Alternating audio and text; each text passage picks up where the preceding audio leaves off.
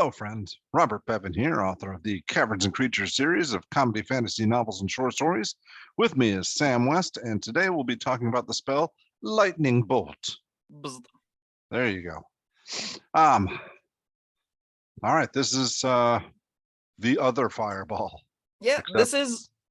It once was as iconic as Fireball, I think. I don't think that is true anymore. I guess, I mean, it's always been massive area versus line, right? Yeah. I guess people just wised up to that. Maybe. It also just might be like I don't know if there was damage differences. I don't know if like older D&D had more corridors. So Fireball, like if you're ever fighting lots of things in tight dungeon corridors, this is way better than Fireball. Because you'd be like, yeah, there's 8 things in this line. Great, they're all dead. Where Fireball's only ever hitting like 4 of them. But yeah, it remains to me a spell I prefer over Fireball. I like casting this more than I like casting Fireball because I think this spell is more fun because it's harder to use. It definitely makes it worse. But And I don't know, lightning is cool, shooting lightning. 100% agreed. You'll find there's so many iconic images on the internet of like fantasy characters shooting amazing bolts of lightning. Magic the Gathering has an iconic spell called Lightning Bolt, and every single piece of art for that is just like a knock out of the park. Sweet. I'd be like, yeah, I want to be that wizard every single time. Yeah, we've got a cool picture here in the spell review, in the written review, which not mind you, that is not the image that's the thumbnail of this video. So go check out the link in the description. Yeah, do that. All right. I'm just joking over here. It's fine. What does Lightning Bolt do? Sure, it's an action. You fire a 100-foot line of lightning that's 5 feet wide. So you basically pick 20 squares in front of you. And anything in the area makes a dex save or takes a d6 lightning damage. It's Fireball. It even ignites things that are like flammable in the area that aren't being worn and carried, just like Fireball. If you upcast it, it does a bonus d6 damage per level, just like Fireball. Yeah, this is 3rd level 100-foot line version of Fireball, which makes it like on initial inspection, but like, well, how can there be that much to talk about here? Oh, there's so much to talk about because lines are so cool. I love lines. Now, what's the area of a fireball? I believe it is a 20-foot radius sphere. And so it's like range? a grenade. It's 120 foot, I think. Right. Let me double check. I'll pull up Fireball as we're referencing a whole bunch. Comparably, they're really similar as far as like where you can put them. Fireball's 150 foot range. So you can hit things further away by like a good 170 feet. But that's not really like. No, when you're in the 100-foot range, then you're far enough away. That's fine. Yeah. Agreed. But all right, let's talk about lines. Great. I love line spells. I love cone spells. Any spell that's originating on the self, I think, are a lot more interesting. So Dungeons and Dragons has a meta problem, and it's always had this problem, and I don't think the problem is literally ever going away.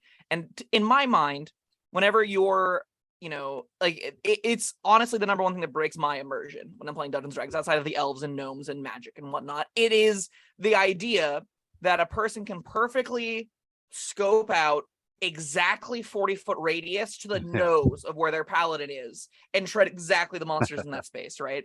That's where I'm just like, that's really a little bit too convenient. And very often I'm like, man, I wish I just had a little bit of rules just to be like, make an Arcana check or the range gets moved by 5 feet. So it's a little bit more haphazard or something. Like I want there to be a bit more risk whenever you're casting a gigantic explosion, like when you're tossing a grenade, basically. Like I thought it'd be a cool idea. Like, all right, you got the battle map. All right, raise your hand 2 feet above the map and drop a coin where you want it. That's where it's centered. Honestly, like that is, I think, I don't want to say it's more realistic for casting magic because it will never be realistic to cast any kind of magic. And how it works, we're comparing it to... but when you get out like a compass and you're drawing circles on the map. Yeah, I find it to be a little bit annoying. And it's a real nitpick. I don't think it's a thing that 99% of people that play this game really care about. I've never at once as a DM been like, oh, don't do that. That's lame. No, this is how the game works. This is how the spells work. Yeah. Put it right up next to the monsters. Put it right up next to your allies and have them just barely miss it. It's whatever. I find like sleep is a big point where I'm like, yeah, I guess fine. It can be exactly encompassing these 6 creatures that you know are bloodied, and you figured out their HP, so you know what they have. That's where I'm like, you did the math, you earned it, buddy. Go get your good sleep.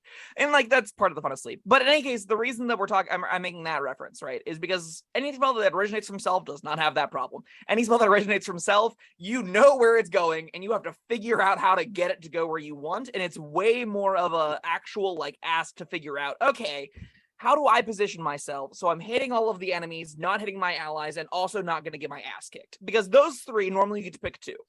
You don't normally get all 3 of those whenever you're doing this kind of circumstance, right? It's like, well, cheap, fast, or good.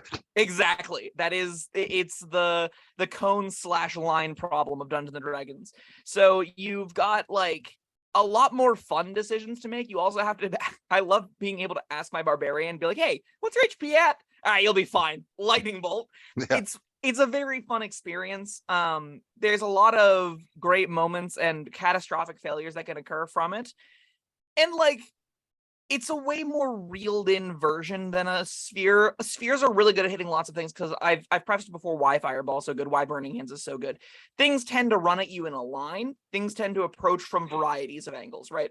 Mm-hmm. Things don't tend to be like lined up in a single file charging line because it's not practical. There's no reason why you would do that. You just put yourself behind your allies for no good reason.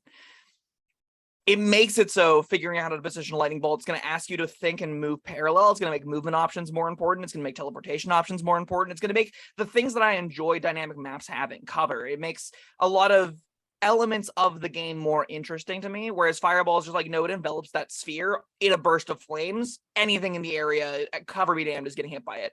Lightning bolt needs a clear line. It needs to go through things. So like, you want to fire and examine and work in a dynamic environment to make the spell effective. I would really recommend the spell for players that have done the Fireball thing. They've done the super powerful wizard thing before. They've done the, I know how to be powerful with this character already. I want to do it, but have a more engaged time. That's when you pick up Lightning Bolt. That's when you say, I'm not going to take Fireball this time around. I'm going to take spells that care about my positioning more to be as effective as spells that are just really good. I think those are going to be really rewarding experiences. Sure.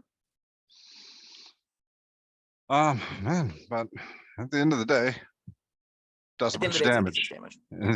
Yeah. Is it worth upcasting? Can you upcast this one? You can. D6 per slot.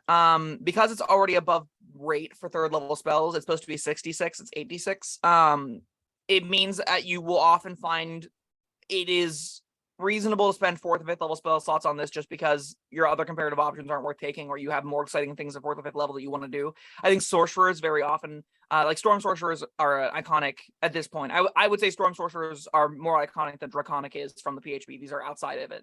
As far as like options that people want and like enjoy playing, they're going to really rely on Lightning Bolt. And I think you're pretty comfortably use 4th and 5th level slots on this. And because you have such a small selection, you have known spells as opposed to Wizard who just has a spell book full of them.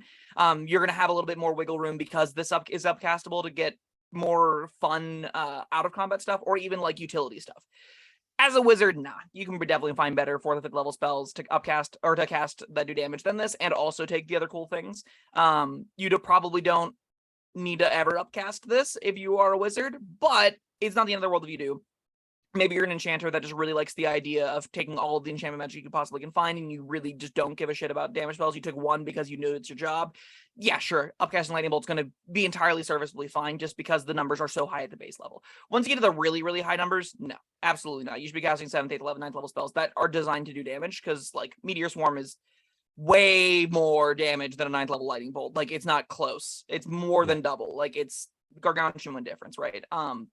Summoning magic is going to be the same. Like, yeah, this does way more damage on average than a Lightning Bolt is ever going to be doing is upcasting. Still, you won't necessarily be super bummed out about it in the mid tiers. In the upper tiers, you will be bummed out. So don't upcast this like 7th level plus.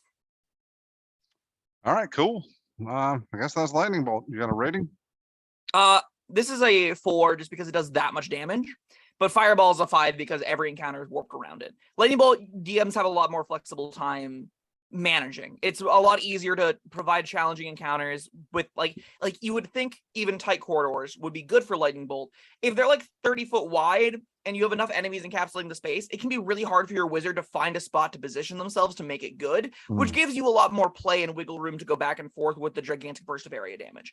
I think Lightning Bolt is, again, net positive for the game compared to Fireball. I've mentioned before that if I could go back in time and only add one of them, it would be Lightning Bolt and not Fireball for this exact reason.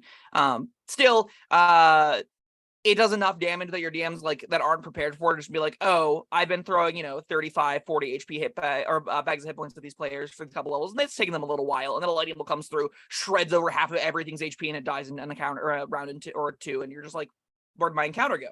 So yeah, it'll be something that you'll have to do the math around and figure out how to reshape the game to fit, but not in the same way Fireball does. Yeah, once again, I'll agree with you. Really good spell, but it's not Fireball. Yep. So 4 it is. All right. Well, that was Fireball. Thank you, Sam, and thank you everyone for joining. Shucks. All right. That was Lightning Bolt. Thank you, Sam, and thank you everyone for joining us. We'll see you next time. Bye-bye. Thank you for watching. If you found this helpful, informative, or entertaining, I'd really appreciate it if you hit the like button below. You needn't smash it. A gentle tap will suffice. If you want to see more videos like this, subscribe to the channel. And make sure you check out the links in the description, where you'll find my Caverns and Creatures series of comedy fantasy novels, Sam's full review of the spell, and other fun things.